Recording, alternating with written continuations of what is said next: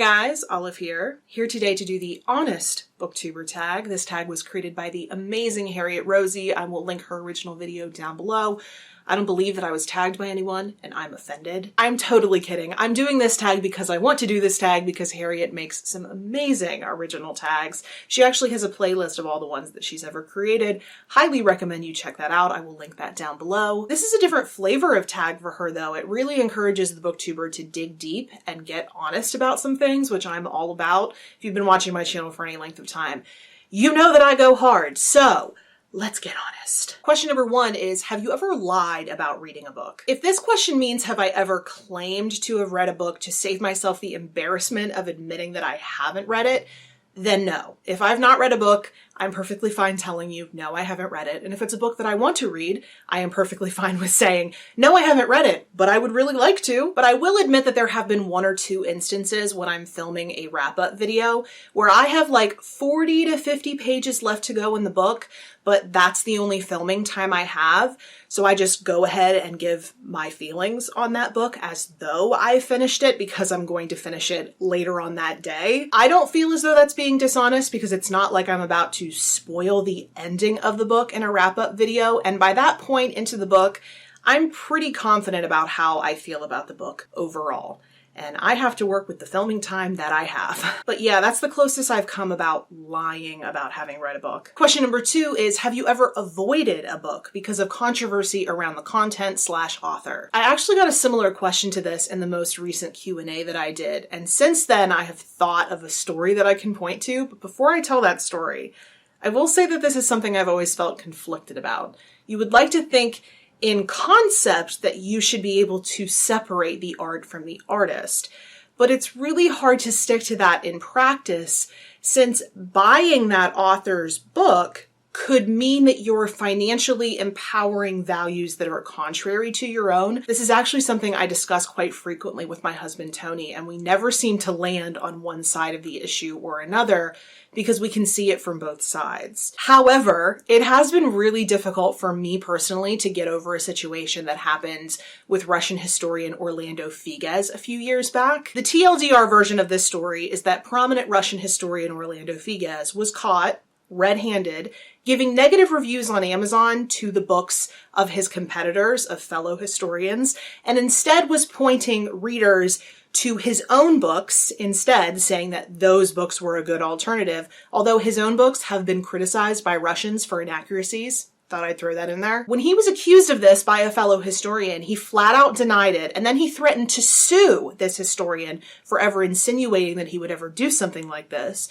But then it was proved that it was him, and instead of taking responsibility, he first tried to blame it on his wife before finally taking responsibility. It's really hard to respect someone who behaves like that, let alone hold up his works here on my channel and draw your attention to them. I personally don't think he deserves that. I'll link to a couple articles that discuss this drama in the description box below in case you are interested, and also to create a nice little proof cushion around myself in case a particular litigious gentleman decides to Google his own name. But yeah, book drama is not exclusive to the world of fiction. Nonfiction writers can get scrappy too. Question number 3 is, have you ever been sent a book for free and not disclosed it? I mean, Steve has been sending me books for years now, so many that I probably could not even start to identify which ones were ones that he sent me.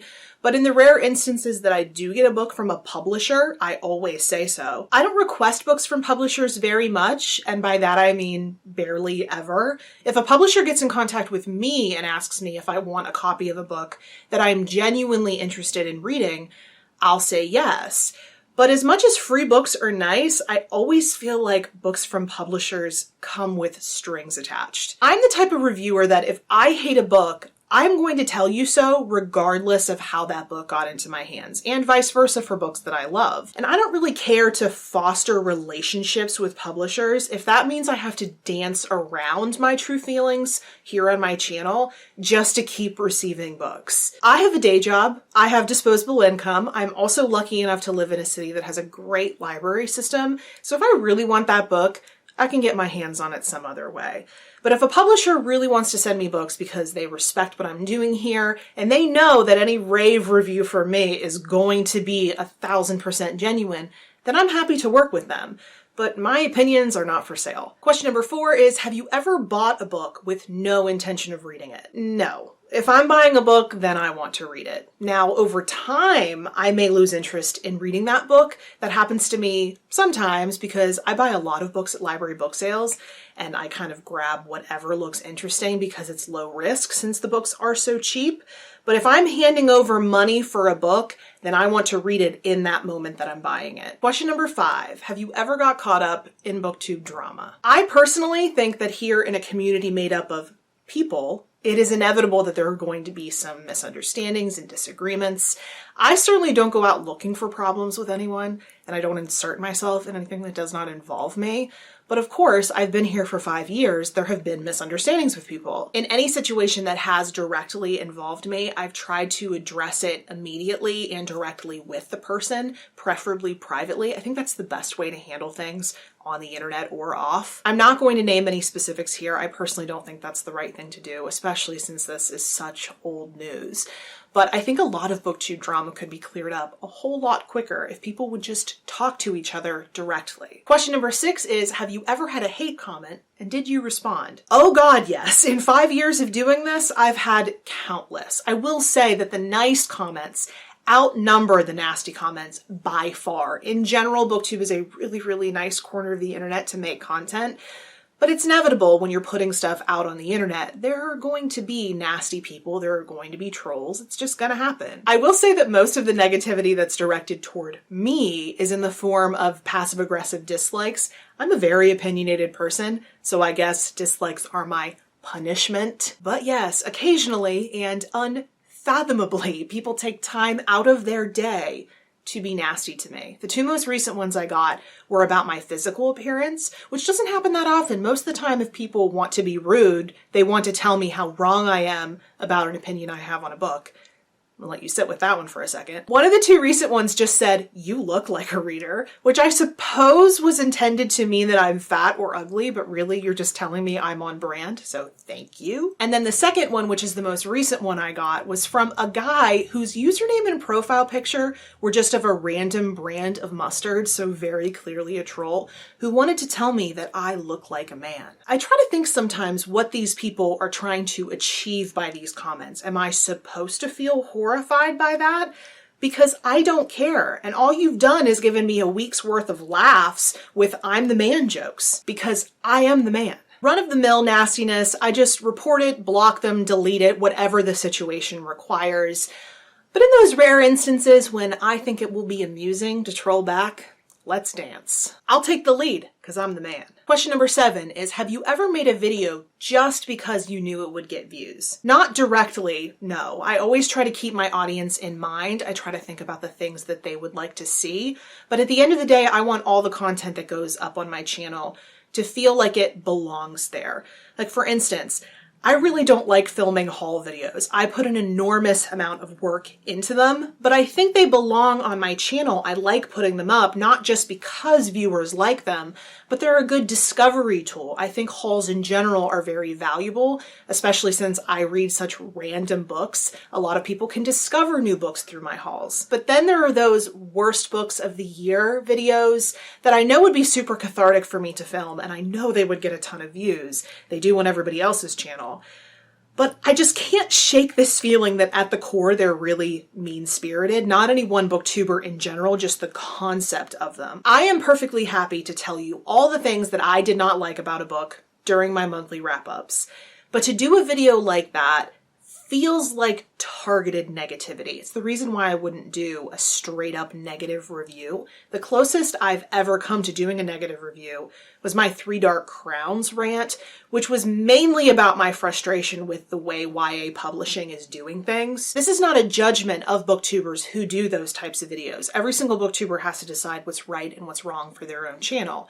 So despite knowing that a video like that would get a ton of views, I'm never going to do one. Question number 8 is, if you could go back to the beginning of your channel, would you do anything differently? Well, first of all, I would name my channel All of the Books because I'm still mad I didn't do that. But also, if I could go back, I would probably de-emphasize my interest in Russia because regardless of how many times I tell people that my interest in Russia lies in the culture, history, language, and politics, people constantly assume that I am an expert on Russian literature. In the past, when people mention my channel, they have said things like, Olive is really into Russian literature. And while I'm super grateful that anyone's even talking about me or my channel, it's very, very nice, I feel like viewers are getting the wrong impression of me. They're getting different expectations of my channel than what my channel actually delivers. So I get people coming to my channel and asking me in the comments, where should I start with Russian literature? And I said, I could ask you the same question. I never want to think that I'm letting people down because they have one impression of me and then they come to my channel and get something completely different. So I wish at the offset, I would have just said I'm really into nonfiction because that would also include all my readings on Russia. Well, I do know that I mentioned I was into nonfiction, but I would probably just leave the Russia thing out, to be honest. Question number 9 is, are there any channels you wish you could be more like? I don't know that there's any one particular booktuber who I'm looking to emulate. I certainly have taken a lot of inspiration from other booktubers over the years, which I did talk about a little bit in the tag that I created, the Under the Influence of Booktube tag. There was a moment that I had on my channel where I decided that I wanted to focus more on reviews and in-depth analysis that I was seeing on other channels.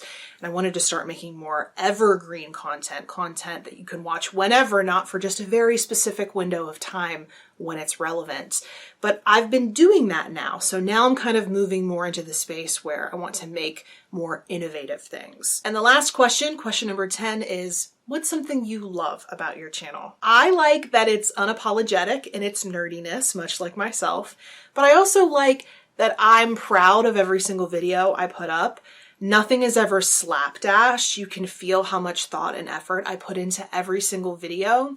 Not that there's anything wrong with a conversational style of video. I love watching videos like that. But I always knew I wanted my channel to have this professional, polished feel to it. And it does, and I'm happy with it. So that was the Honest Booktuber tag. A bit of a wild ride, I know. I am going to tag a few people. They will be in the description box below. But if you have any comments or questions about anything you've seen in this particular video, or about anything in general, you can put it in the comment section below, or you can reach out to me. I am on a variety of different places on social media, and the links to all of my profiles are linked in the description box below. Thank you so much for watching. I hope you're having a wonderful day. I will see you in the next video. Bye.